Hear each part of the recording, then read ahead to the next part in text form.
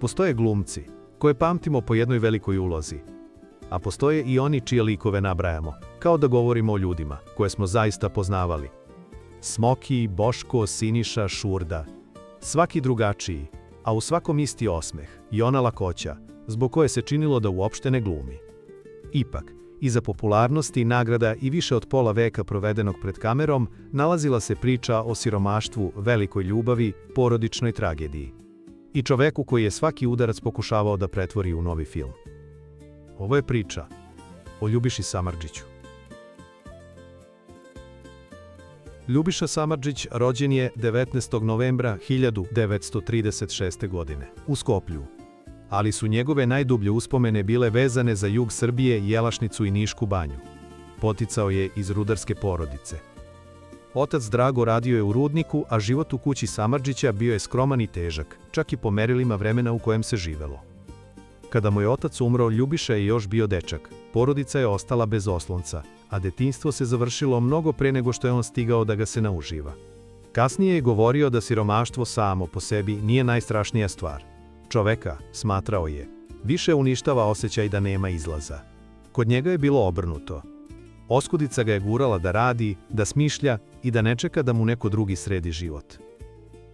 Kao 16-godišnjak pravio je i prodavao sladoled u majčinoj poslastičarnici. To nije bila romantična slika starog vremena, sa urednim kolicima i nasmejanim prodavcem. Da bi sladoleda uopšte bilo, trebalo je doneti teške table leda. Ljubiša ih je vukao do tramvaja i pokušavao da ih prošvercuje unutra, jer za prevoz nije imao novca. Dok bi tramvaj stigao do odredišta, led se topio, voda se slivala po podu, a putnici su gledali dečaka koji je svim silama pokušavao da sačuva ono od čega će njegova porodica tog dana živeti. Decenijama kasnije, kada je mogao da kupi sladoled gde god poželi, govorio je da nijedan nije bio kao taj njegov. Bio je, kako ga je opisao, grudvast, ponekad sa komadićima leda, daleko od savršenog. Ali za njega je bio najbolji na svetu, jer ga je sam pravio i prodavao. U toj rečenici je gotovo cela njegova priroda. Ništa nije ulepšavao, ali se svog porekla nikada nije stideo.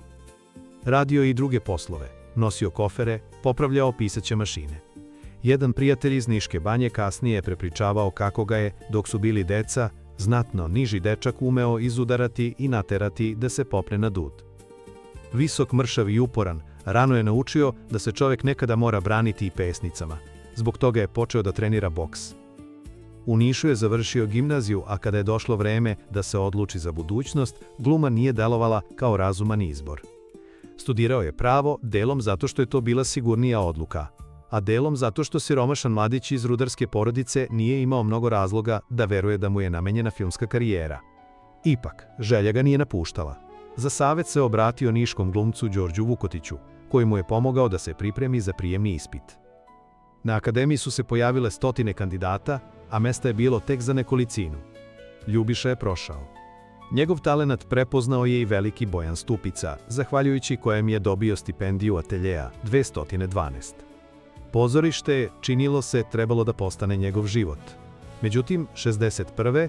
u 3. godini studija dobio je filmsku ulogu u filmu Igre na skelama. Kamera je odmah prepoznala ono što se teško uči na bilo kojoj akademiji.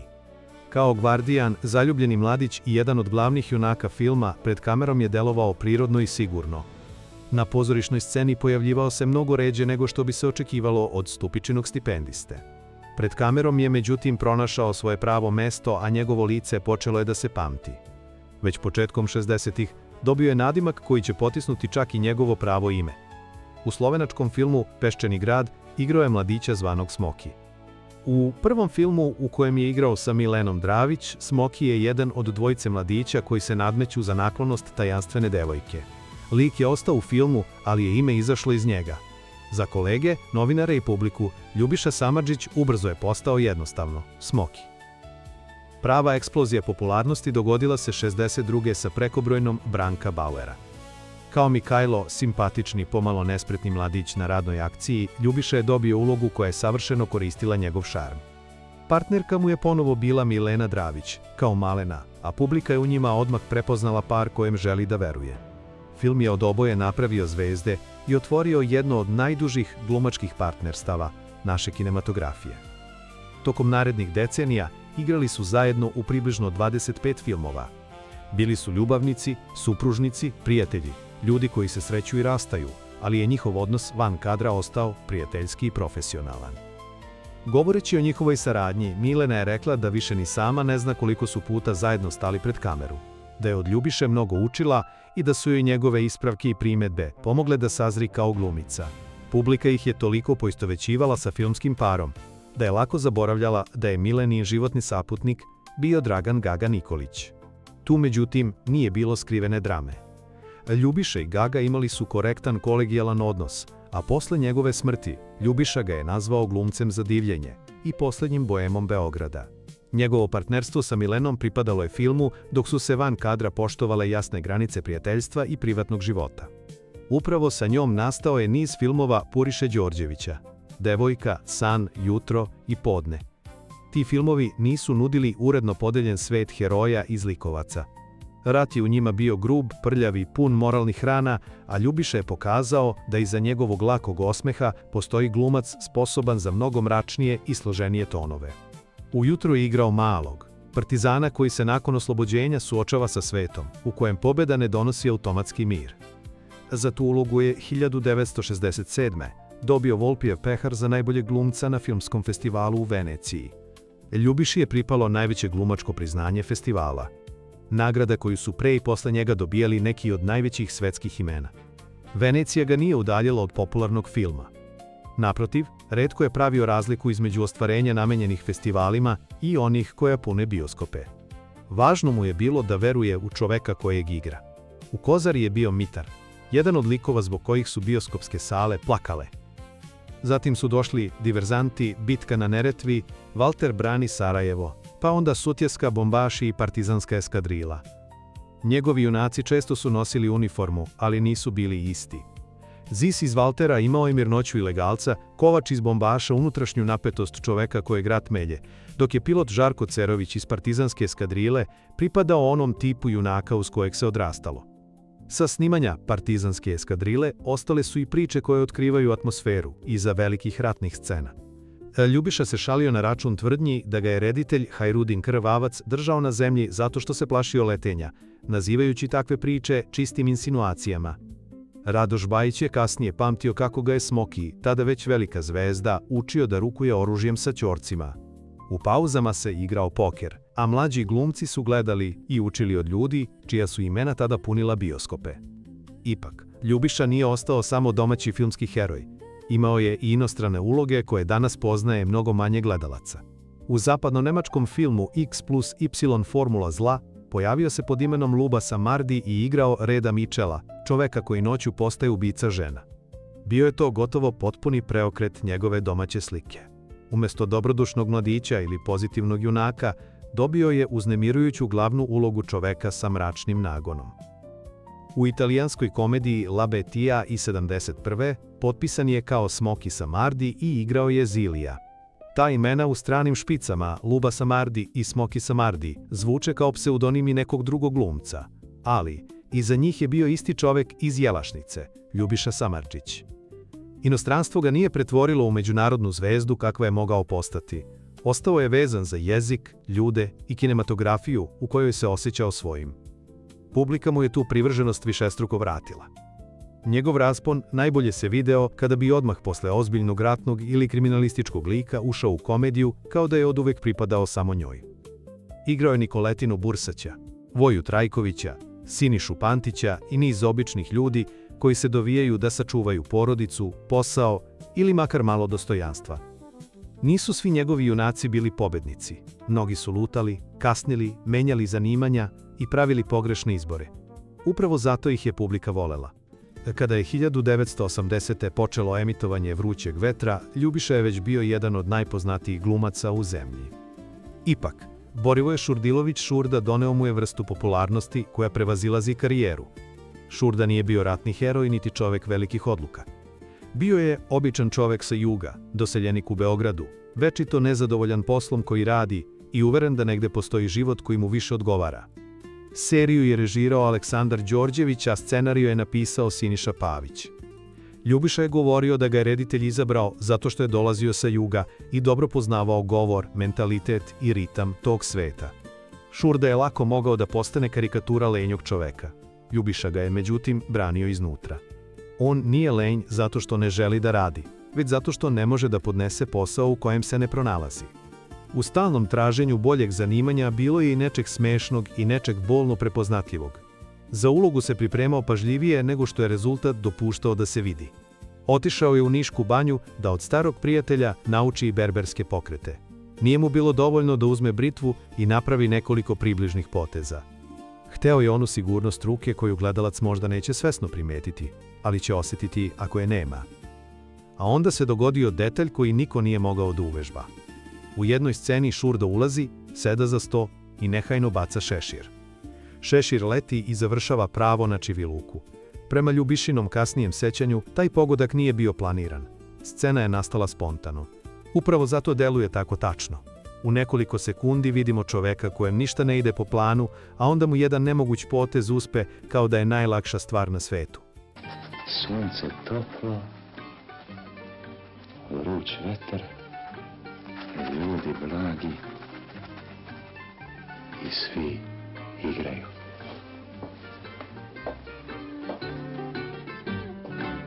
Vruć vetar imao je samo 10 epizoda, ali se utisak koji je ostavio ne meri brojem nastavaka.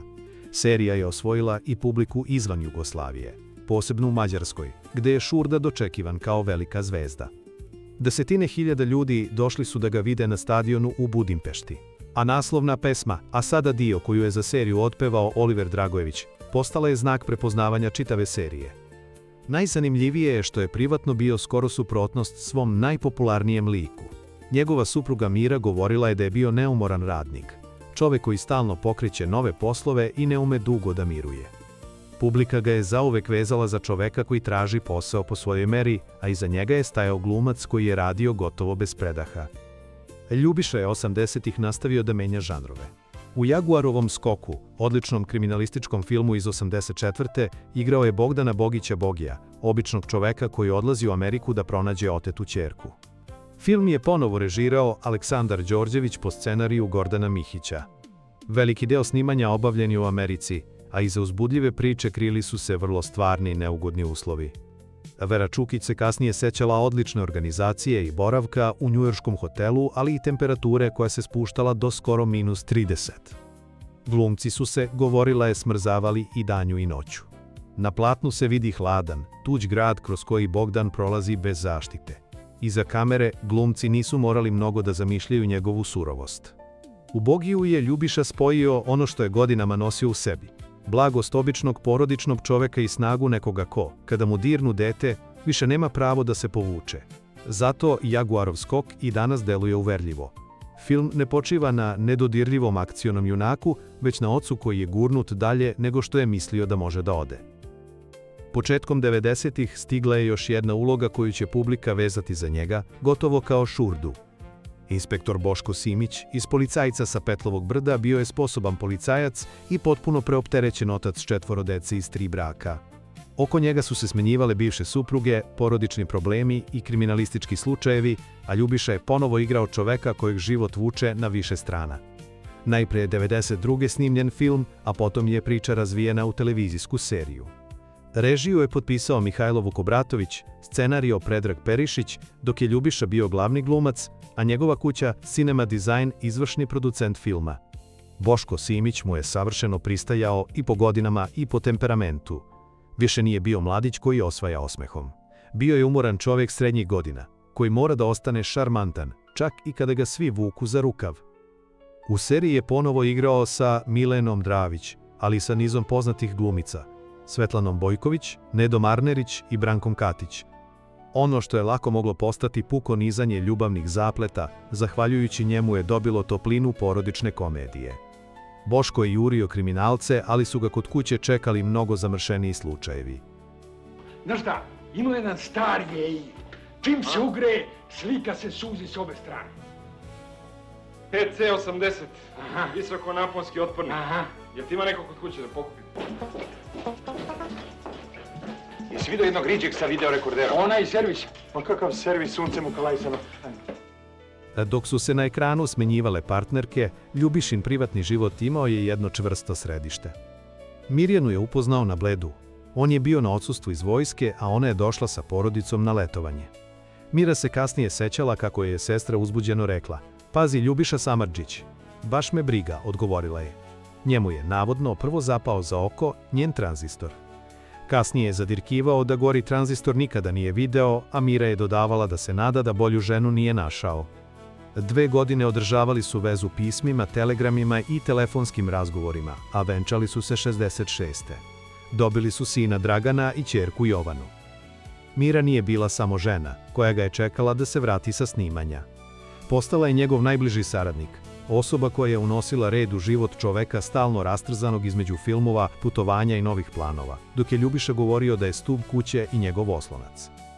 Osnivanju porodične produkcije prethodio je događaj koji je Ljubiša kasnije opisivao kao pitanje biti ili ne biti. 1991. godine dvojica vojnih policajaca došla su na vrata Samardžića tražeći da Dragan izađe kako bi ga odveli na front. Ljubiša ih je vratio u vojni odsek i poručio da obaveste njegovog imenjaka Ljubišu Kovačevića, da će sutradan lično doći i objasniti zašto ne daje sina. Kada je otišao, od Kovačevića je zahtevao da Dragana izbriše sa spiska i upozorio da će, ako to ne učini, među njima biti ozbiljnih problema. Dragan više nikada nije pozvan u vojsku. Posle te noći, otac i sin odlučili su da se zajedno okrenu filmu i kroz njega prežive vreme koje je dolazilo. Tih godina, kada se zemlja u kojoj je izgradio karijeru raspadala i filmovi sve ređe snimali, Ljubiša nije želeo da samo čeka novu ulogu. Sa sinom Draganom pokrenuo je Cinema Design.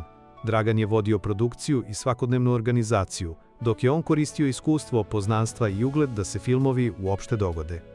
U godinama sankcija, kada je nedostajala čak i filmska traka, oslanjali su se na prijatelje iz okolnih zemalja, njihove laboratorije i postprodukciju.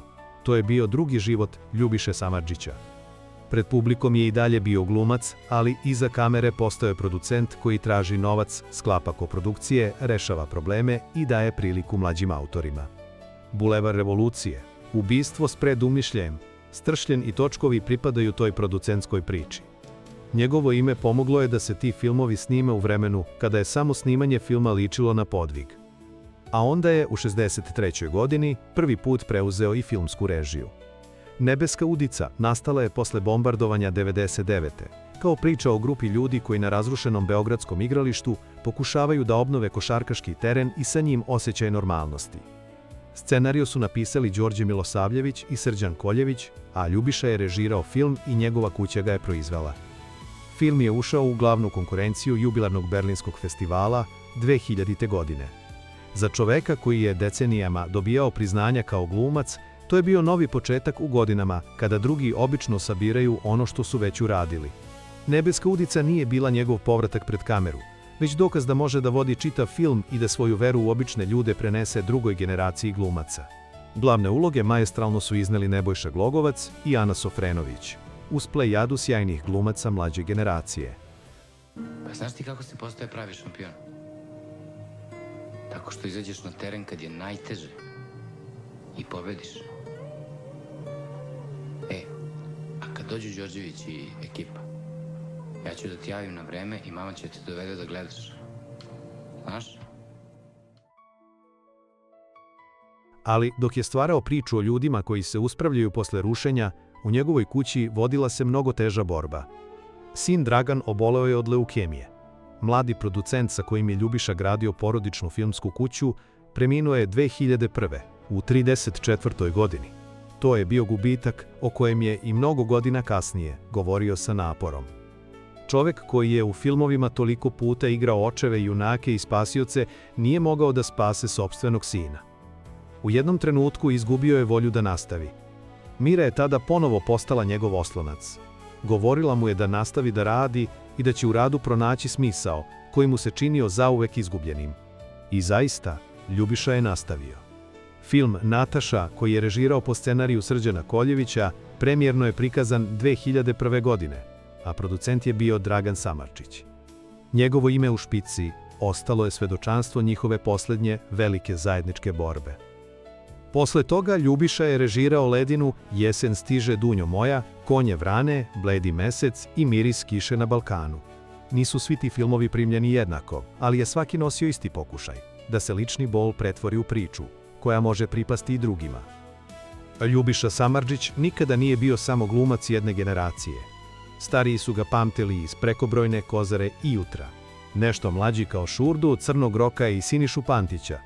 Sledeće generacije upoznale su ga kao Boška Simića ili kroz filmove koje je producirao i režirao. Njegova posebnost bila je u tome što publika nije imala utisak da gleda zvezdu koja se spušta među običan svet. Delovalo je kao da je jedan od običnih ljudi slučajno postao zvezda i nikada nije zaboravio odakle je došao. Ljubiša je bio pažljiv kao kolega i umeo je da stane u zaštitu drugih. Kada je na jednom snimanju reditelj grubo razgovarao sa glumicom, prekinuo je rad i rekao da neće nastaviti dok se reditelj ne sabere i ne promeni način na koji joj se obraća.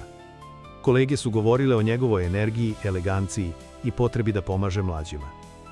Reditelj Puriša Đorđević rekao je kratko: Ljubiša je istorija filma. Ipak možda je najtačniji opis dao sam Ljubiša kada su ga pitali šta je najvažnije. Biti čovek, onaj koji ima reč, koji brani istinu i pravdu. Pred kraj života odlučio je da ono što je sakupio ne ostane zatvoreno u porodičnim kutijama. Ljubiša i Mira poklonili su Jugoslovenskoj kinoteci njegove nagrade, diplome, fotografije i dokumenta. Legat je predstavljen javnosti 2016. kao produžetak njegovog stvaralačkog života. Poslednji film bio mu je Pantarej, dokumentarni autobiografski zapis premijerno prikazan godinu dana kasnije. U njemu Ljubiša kao narator prolazi kroz sopstveni život i kroz zlatno doba jugoslovenskog filma, spajajući arhivske snimke, anegdote i setu. Naslov znači: Sve teče. Za čoveka koji je gledao kako nestaju porodica, prijatelji, zemlja i kinematografija u kojoj je odrastao, te dve reči nisu bile filozofski ukras. Bile su sažetak svega što je preživeo. Ljubiša Samardžić preminuo je 8. septembra 2017. u Beogradu. Imao je 80 godina. Iza njega su ostale Mira, ćerka Jovana, unuci, filmovi, serije i likovi koje publika i dalje oslovljava po nadimku, kao stare poznanike. Tokom karijere ostvario je više od 130 filmskih i televizijskih uloga i dobio oko 70 priznanja, među njima i 6 zlatnih arena. Govorio je da Lampasa, Valentina, Crnog roka i Šurdu nije pravio, već da je te uloge nosio srcem. Možda je zato njegov kraj teško ispričati kao pravi kraj. Čovek koji je prodavao nesavršeni sladoled da bi porodica preživela, stigao je do Venecije i zemlje u kojoj se pravi najbolji đelato. Na spomeniku u Niškoj banji Šurda i dalje igra sir taki, u pozi koja vraća jednu od najvedrijih scena Vrućeg vetra i čuva ga u večitom pokretu kao da će svakog časa baciti šešir prema Čiviluku. Zato, kada danas ponovo čujemo A sada dio, ne opraštamo se samo od jednog televizijskog junaka. Pozdravljamo čitavu epohu u kojoj je Ljubiša Samardžić umeo da bude i veliki glumac i neko naš. Možda je upravo to najveća nagrada koju je dobio.